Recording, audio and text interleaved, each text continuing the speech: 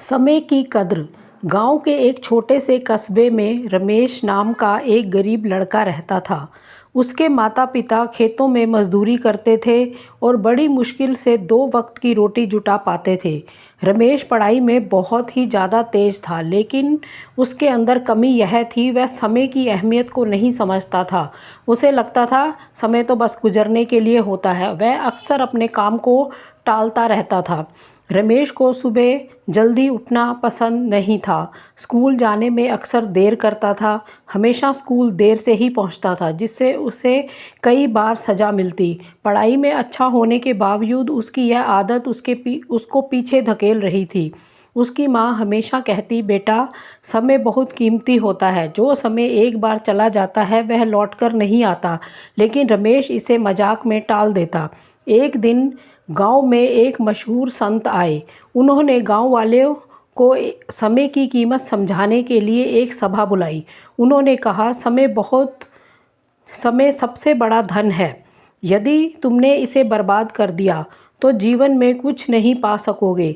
यह बात सुनकर रमेश को कुछ देर के लिए सोचने पर मजबूर होना पड़ा, लेकिन फिर भी उसने इसे गंभीरता से नहीं लिया। रमेश की कक्षा में एक साइंस की प्रतियोगिता होने वाली थी, जिसमें विजेता को शहर के सबसे बड़े स्कूल में छात्रवृत्ति मिलनी थी।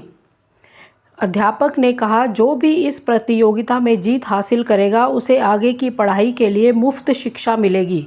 रमेश के लिए यह सुनहरा अवसर था, लेकिन उसकी आलसी प्रवृत्ति ने उसे मेहनत करने से रोक दिया। वह रोज़ सोचता कि कल से पढ़ाई करेगा, लेकिन वह कल कभी नहीं आया। परीक्षा का दिन आ गया और रमेश ने बिना तैयारी के ही भाग लिया। जब परिणाम आया तो रमेश का नाम सूची में नहीं था। उसका सपना टूटा। उसने अपनी माँ से कहा, काश मैंने समय की कीमत समझी होती। इस हार ने रमेश को झकझोर कर रख दिया। उसने ठान लिया कि अब वह समय की बर्बादी नहीं करेगा। वह सुबह जल्दी उठने लगा, स्कूल समय पर जाने लगा और हर दिन पढ़ाई के लिए निश्चित समय देने लगा। धीरे धीरे उसकी मेहनत रंग लाने लगी।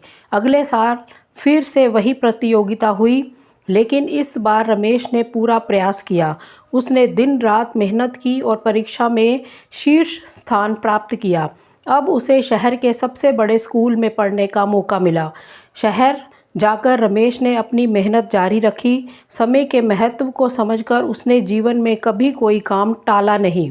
वह कुछ वर्षों के बाद एक सफल वैज्ञानिक बना और अपने गांव लौटा। गांव वालों ने उसका भव्य स्वागत किया।